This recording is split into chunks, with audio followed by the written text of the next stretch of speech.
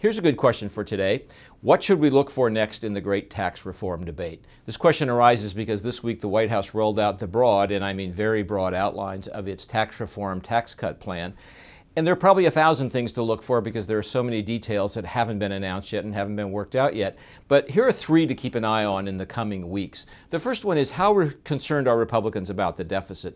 This question arises because the plan on its face doesn't seem to be revenue neutral. It seems to have enough tax cuts and not enough offsetting changes in deductions that it will add to the deficit. The White House is saying we'll have enough economic growth, it'll generate economic activity, that will create enough revenue to make it not add to the deficit. But people are going to be skeptical, and Republicans are going to have to ask, how seriously are they worried about the deficit implications?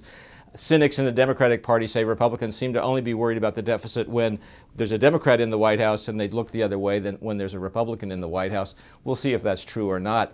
Secondly, how much opposition can Democrats stir up on the question of tax fairness? Democrats are attacking this plan by saying most of the benefits will go to the wealthy and the very wealthy. That's a typical Democratic attack line. It doesn't matter so much whether Democrats vote for this plan or not right now because it's designed to be passed mostly with Republican votes, but can they generate enough political heat to make that difficult for Republicans?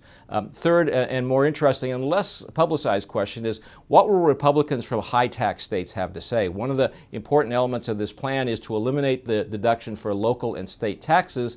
That's a change that affects mostly taxpayers in a few high-tax states: New York, New Jersey, California, Oregon.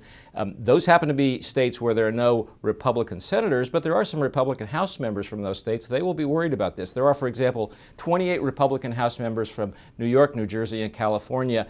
Hits their state pretty hard. It's not going to be popular there. Will they stick with it or not? So those are 3 things to look for as this debate begins.